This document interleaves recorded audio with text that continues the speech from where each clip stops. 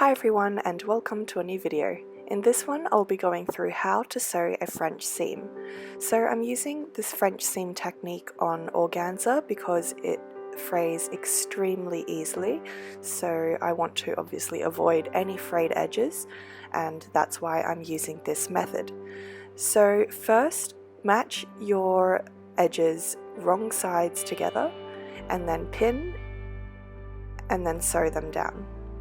I like to pin beforehand the whole way down, just so there is no slipping of the fabric, since organza really does like to slip around.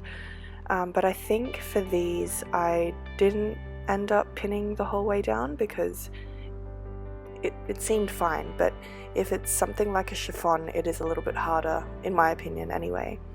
So I'm sewing down the length of that, and I'm keeping my seam allowance quite narrow. And then I'm trimming down my seam allowance to be even narrower. So I sewed it with about a 5/8 of an inch seam allowance, and now I'm trimming it down further so it's only a couple of millimeters wide. Now you can see here that the seam allowance is now quite small. I guess that's a bit more than a couple millimeters, maybe 3 to 5 millimeters I would say.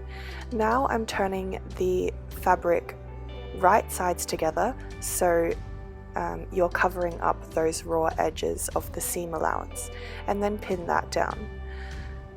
And we're going to sew just after where the pin is, so I like to pin my fabric through all 4 layers, through both the outer layers and the inside 2 layers, which are the seam allowances, and that's because organza is very thin and flimsy, so I find that pinning through thicker layers helps to keep everything in place.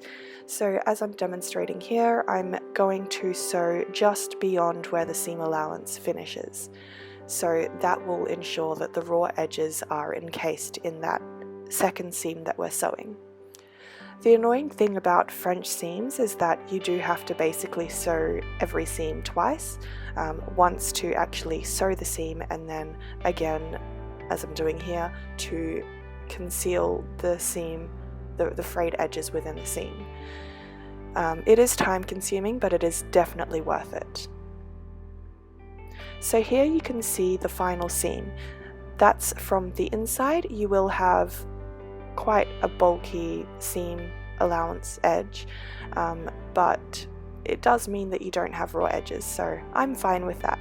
And this is the way that I sewed all of the pant seams for the Jasmine pant overlay, and here's just a more further view of how it looks from a far distance. So it looks like any other regular seam from far distance.